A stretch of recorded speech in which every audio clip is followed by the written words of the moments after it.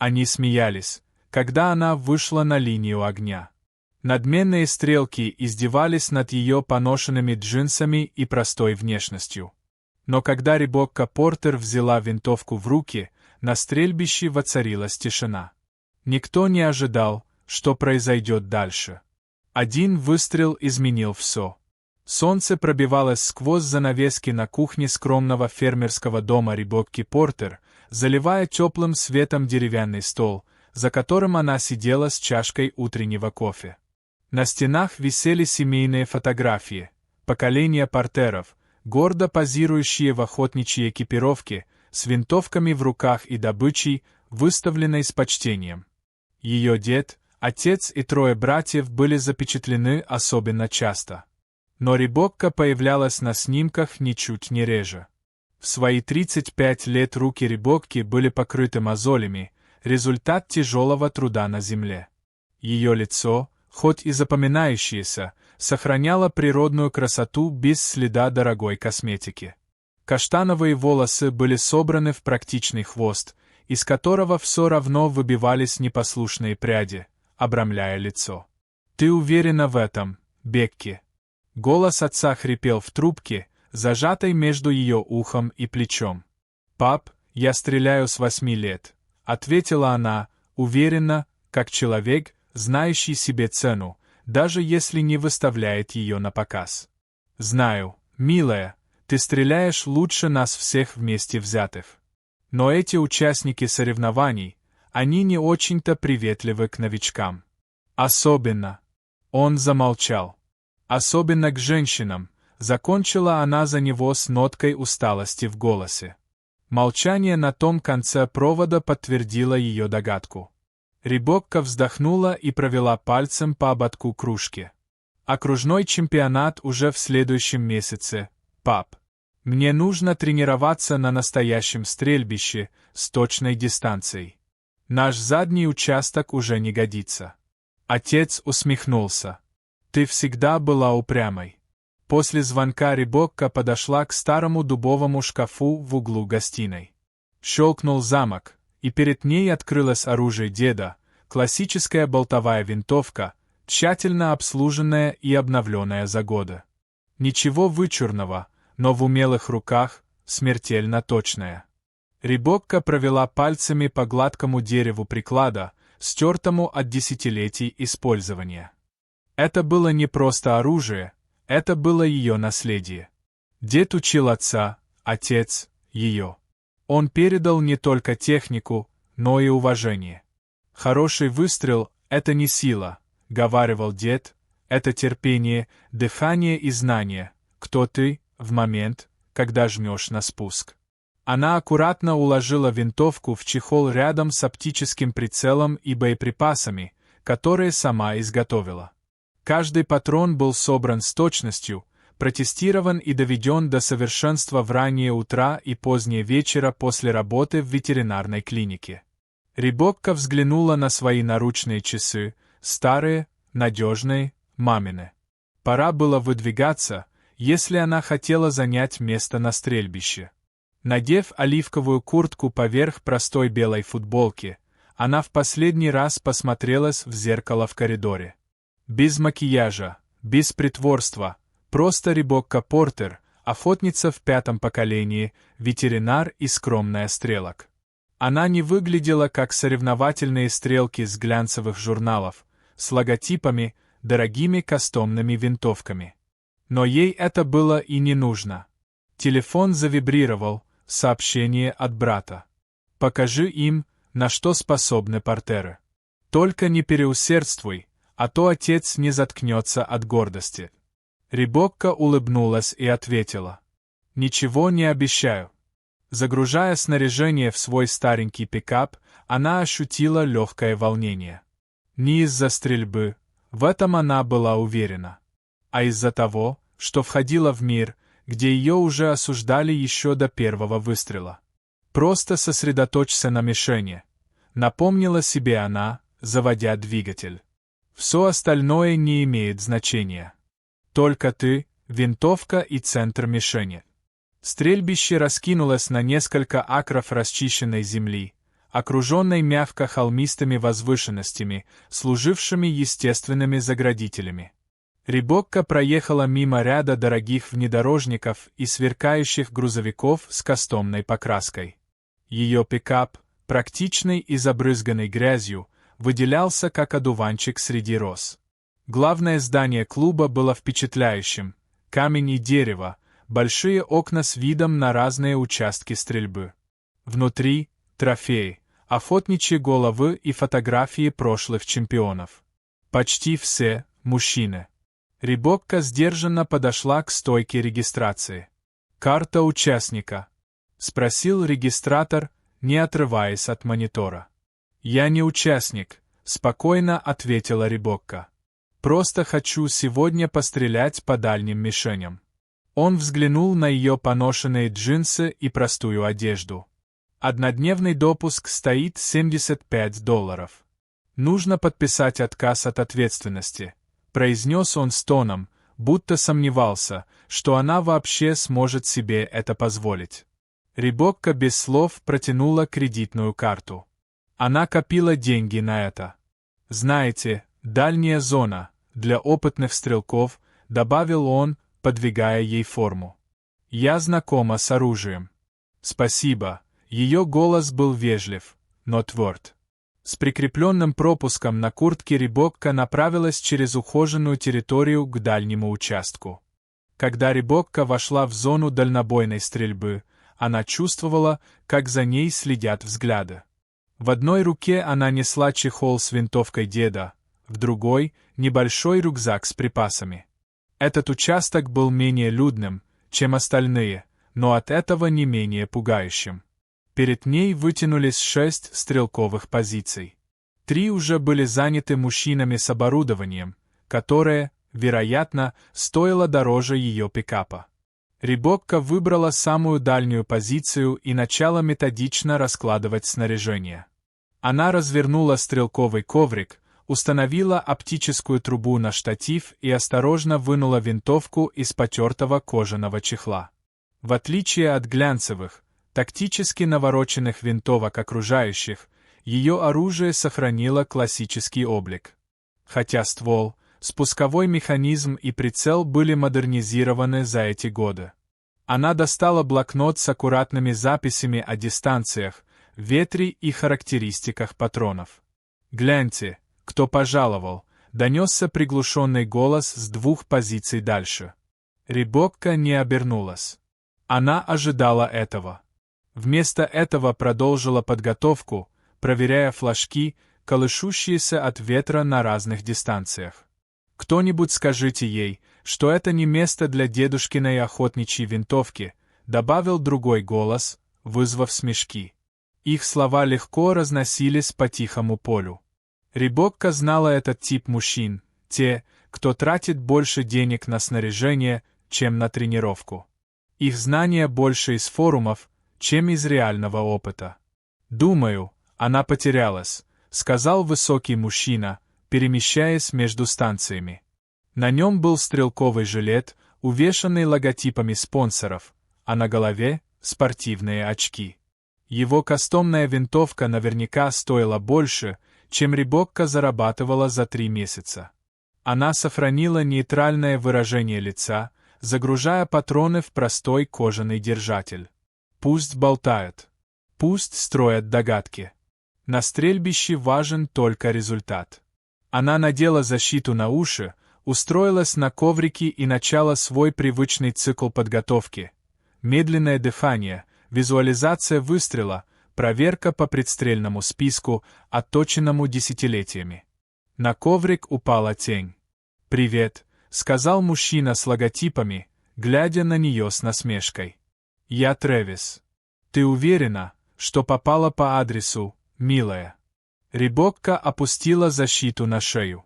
«Уверена», — спокойно ответила она, встречаясь с его взглядом, без враждебности, но и без отступления. Он улыбнулся, но в его глазах не было теплоты. «Просто, это же секция для дальнобойной стрельбы.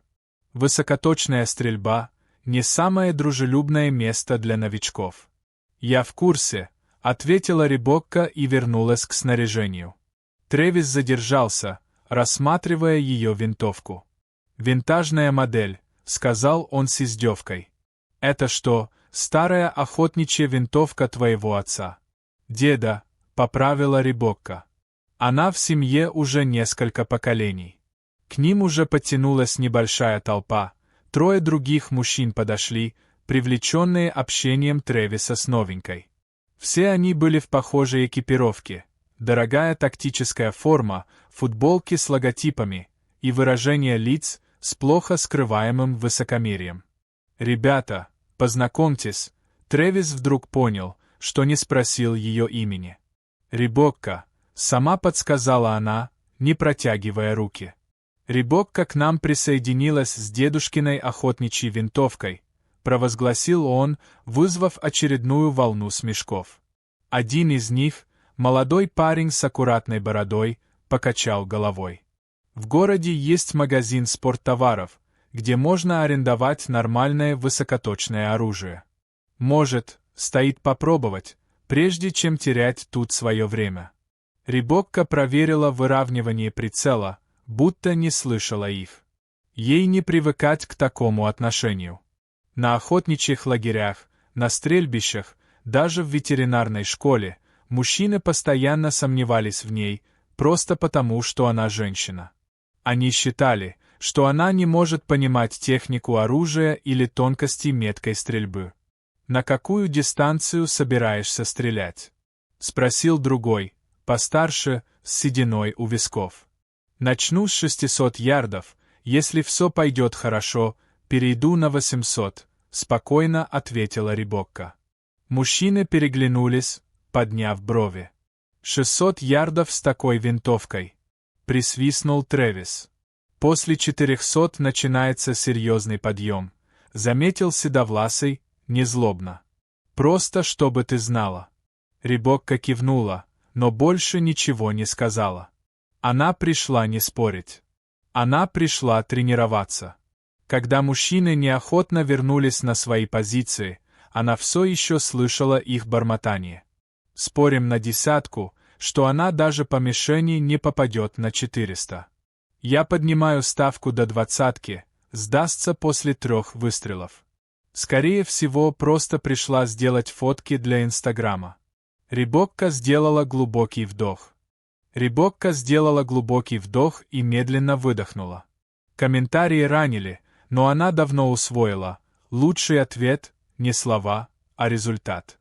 Она сосредоточилась на своей рутине, сначала проверив пристрелку винтовки на 100 ярдах, внося мелкие корректировки и записывая результаты в свой поношенный блокнот. Со своей позиции Трэвис продолжал наблюдать за ней между собственными выстрелами. Его товарищи тоже следили. Их любопытство прорывалось сквозь показное пренебрежение. Ребекка провела 30 минут у 100-ярдовой мишени, стреляя сериями по 5 выстрелов с методичной точностью. Группировки были плотными, мужчины бы это заметили, если бы смотрели на мишень, а не на ее внешность. Закончив разминку, она настроила прицел на 300 ярдов и вновь показала отличный результат. Ни одного комментария. Хотя она чувствовала их взгляды, когда готовилась перейти к 600. Трэвис снова подошел, теперь с нарочито непринужденным видом. «Неплохо для 300», — сказал он, будто делая великое одолжение. «Но 600 — это уже совсем другой уровень. Ветер, падение пули — не так-то просто». Ребекка взглянула на него. Ее терпение истощалось, но голос оставался ровным.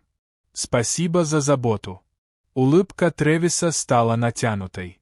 «Просто пытаюсь сберечь тебе разочарование, и все».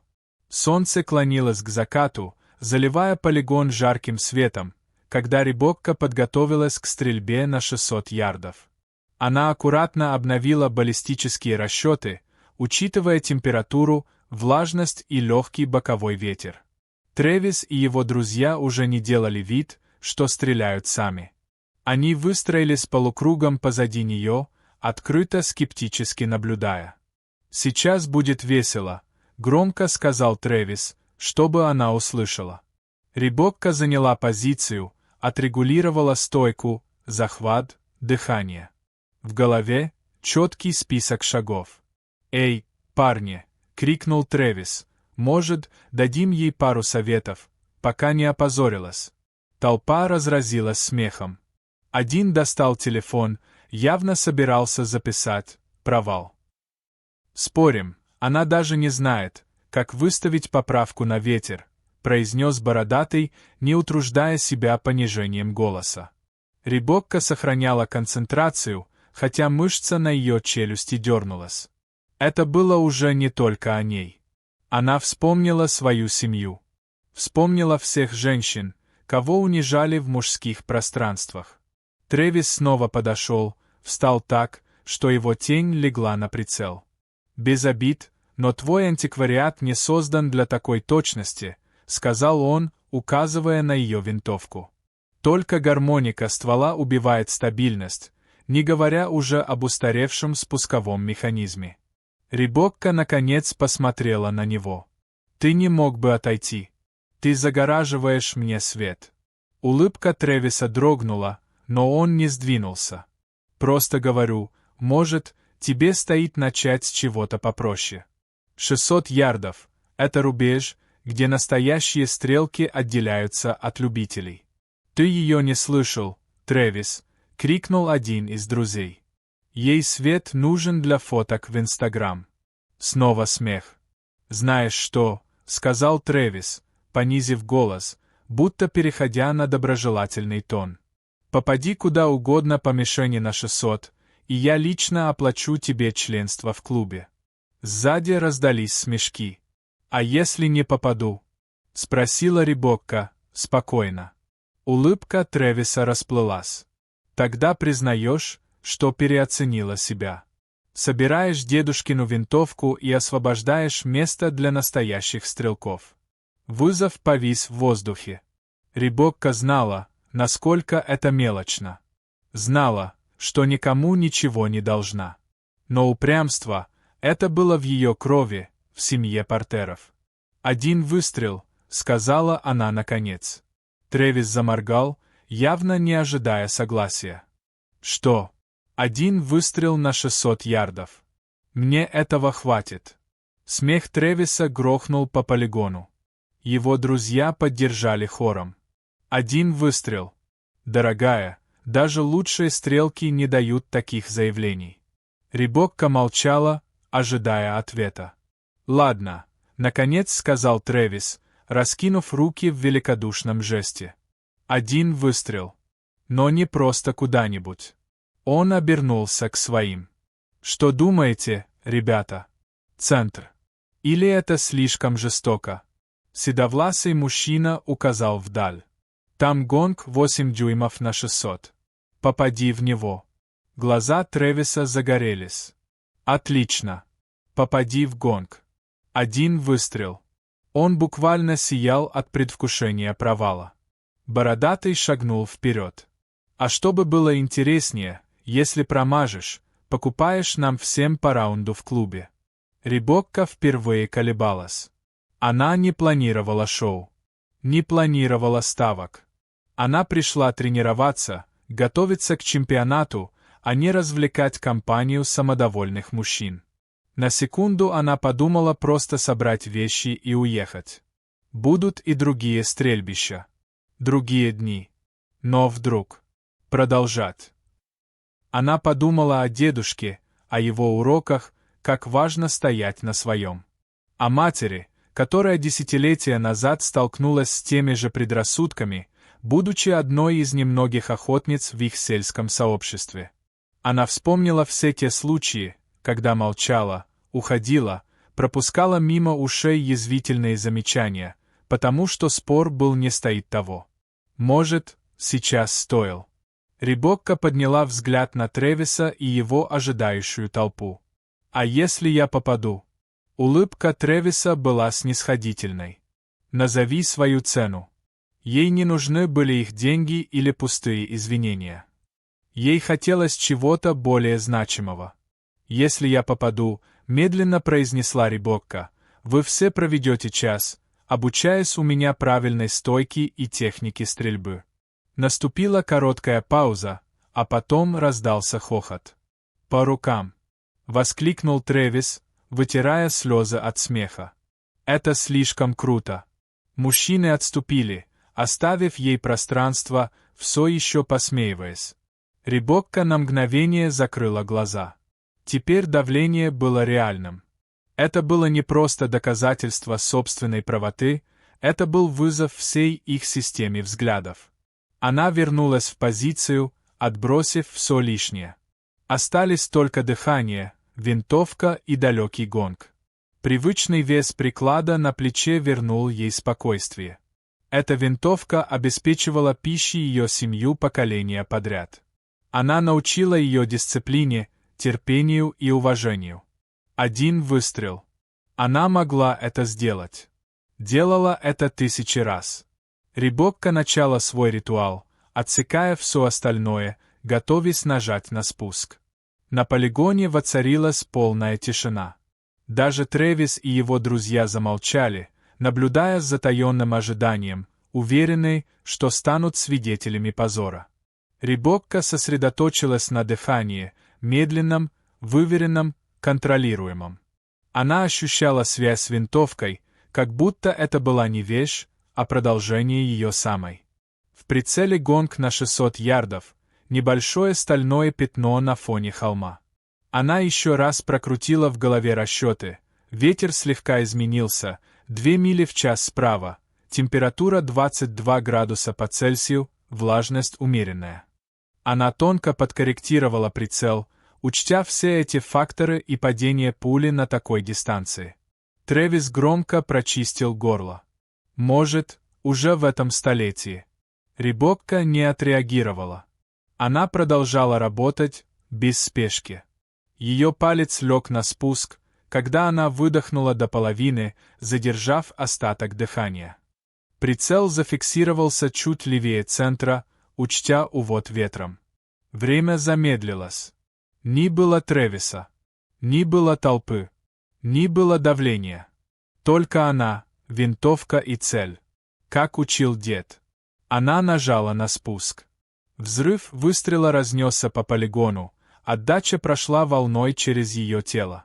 И прежде чем отзвуки стихли, четкий металлический звон донесся с дальнего рубежа. Прямое попадание. Никто не пошевелился. Никто не произнес ни слова. Звон пули, попавшей в сталь, заткнул всех. Ребекка спокойно извлекла стреляную гильзу, поставила винтовку на предохранитель и села. Она не улыбалась, не хвасталась. Просто взяла блокнот и записала параметры выстрела, поправка на ветер, высота, температура. Трэвис стоял с открытым ртом, его очки соскользнули с переносицы. Его друзья были в том же состоянии ошеломленного молчания. Первым оправился седовласый мужчина. Он поднял оптическую трубу, чтобы подтвердить то, что все уже поняли на слух. «Центр», — сказал он, не скрывая удивления. «Чистый центр». Ребекка начала перезаряжать винтовку, готовясь к следующему выстрелу, будто ничего необычного не произошло. Будто она только что не сделала то, к чему многие стрелки идут годами. «Это...» — начал Трэвис, но замолчал. Ему не хватало слов. «Может, и случайность», — спокойно сказала Ребекка, досылая следующий патрон. Прежде чем он успел ответить, она вернулась в позицию. Прошла снова через всю процедуру. И выстрелила. Еще один звон. «Господи Иисусе!» — пробормотал бородатый. Ребекка выстрелила 3-й раз. Потом 4-й. И 5-й. Каждый раз попадание. 5 выстрелов. 5 попаданий. Менее чем за 3 минуты. Когда она снова села, атмосфера вокруг изменилась. Издевки исчезли. Осталось только ошеломленное уважение. Седовласый покачивал головой, не веря своим глазам. Молодой с бородой убрал телефон. Он больше не хотел снимать ее, позор. А Трэвис, Самоуверенный, снисходительный Трэвис стоял с руками на груди, выражение лица представляло собой сложную смесь смущения и неохотного восхищения. «Кто ты вообще такая?» — наконец спросил он. Ребекка спокойно начала собирать свое снаряжение. «Просто человек, который научился стрелять раньше, чем хвастаться», — ответила она, ее голос был спокоен, но в нем прозвучала твердость, которой раньше не было. Она поднялась, закинув винтовку на плечо. «А теперь о том уроке, который я вам пообещала». Мужчины переглянулись. Ребекка видела, как у них внутри борются уязвленная гордость и искреннее любопытство, как эта скромная женщина только что превзошла их всех. «Если только», — добавила она, — «вы действительно люди слова». Челюсть Трэвиса сжалась, он переваривал случившееся. Остальные мужчины посмотрели на него, ожидая ответа. Наконец вперед шагнул седовласый мужчина. «Я за», — сказал он, протягивая руку. «Роберт Коулман. Это была лучшая стрельба, которую я видел здесь за последние 20 лет». Ребекка пожала ему руку и кивнула. Один за другим остальные представились, все, кроме Трэвиса, который оставался на месте, сражаемый собственным эго. «Где ты научилась так стрелять?» — спросил бородатый, который представился как Майк. «В семье», — просто ответила Ребекка. 5 поколений охотников и стрелков. Дед начал учить меня, когда мне было 8. Отец продолжал, пока я не выросла. Но такая точность, Роберт покачал головой. Это уровень соревнований. Ребекка позволила себе легкую улыбку. Через месяц региональный чемпионат. Я готовлюсь. Это будет мое первое официальное соревнование. Понимание озарило их лица. То есть ты не просто случайная женщина, зашедшая с улицы, медленно произнес Майк. Нет, кивнула она. Я случайная женщина, которая стреляет снайперскими винтовками уже 27 лет. Трэвис наконец нашел голос. «Почему ты сразу об этом не сказала?» Ребекка посмотрела на него спокойно. «Это бы что-то изменило. Или ты нашел бы другой повод сомневаться?» Он смущенно опустил глаза. «Ну что ж», — сказал Роберт, прерывая тишину.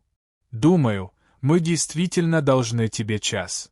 И лично я был бы дураком, если бы отказался от урока стрельбы у человека с таким уровнем». Следующий час Ребекка обучала мужчин своей методике стрельбы на дальние дистанции.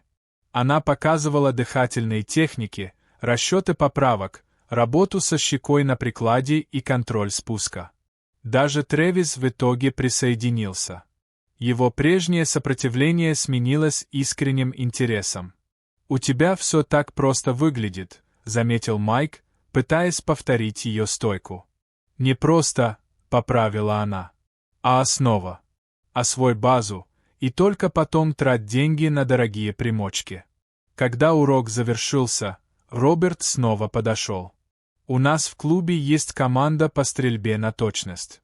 Мы участвуем в региональных соревнованиях. Судя по тому, что я сегодня увидел, ты нам нужна». Ребекка приподняла бровь. «Тот же клуб, который 2 часа назад считал, что мне здесь не место». Роберт смущенно улыбнулся. «Мнения могут меняться. Мое уже изменилось». К ним присоединился Трэвис.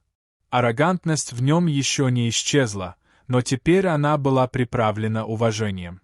«На том чемпионате через месяц некоторые из нас там тоже будут». Он сделал паузу, а потом добавил. «Будет интересное соревнование». Ребекка впервые за день улыбнулась по-настоящему. «Да», — сказала она. «Это точно». Когда она ехала домой, заходящее солнце заливало небо огненными оттенками. Она чувствовала глубокое удовлетворение не от того, что доказала кому-то что-то, а от того, что осталась верна себе. Она вспомнила слова деда. «Ты должен точно знать, кто ты есть, в момент, когда нажимаешь на спуск». Сегодня она точно знала. Не просто стрелок. Портер. Человек, который позволяет результатам говорить за себя. Иногда самое мощное заявление – это просто отказ соответствовать чужим ожиданиям. Если эта история отозвалась в вашем сердце, подпишитесь на канал и присоединяйтесь к нашему сообществу людей, ценящих тихую силу и неожиданные таланты. А вы откуда нас смотрите? Напишите в комментариях, мы любим слышать истории от нашей мировой аудитории. Каждый день кого-то недооценивают из-за внешности, пола или происхождения. А вы когда-нибудь удивляли окружающих своими скрытыми способностями? Поделитесь в комментариях. И помните, самая сильная способность – это не просто мастерство. Это уверенное спокойствие, когда ты стоишь на своем, даже когда в тебя не верят. До следующей истории.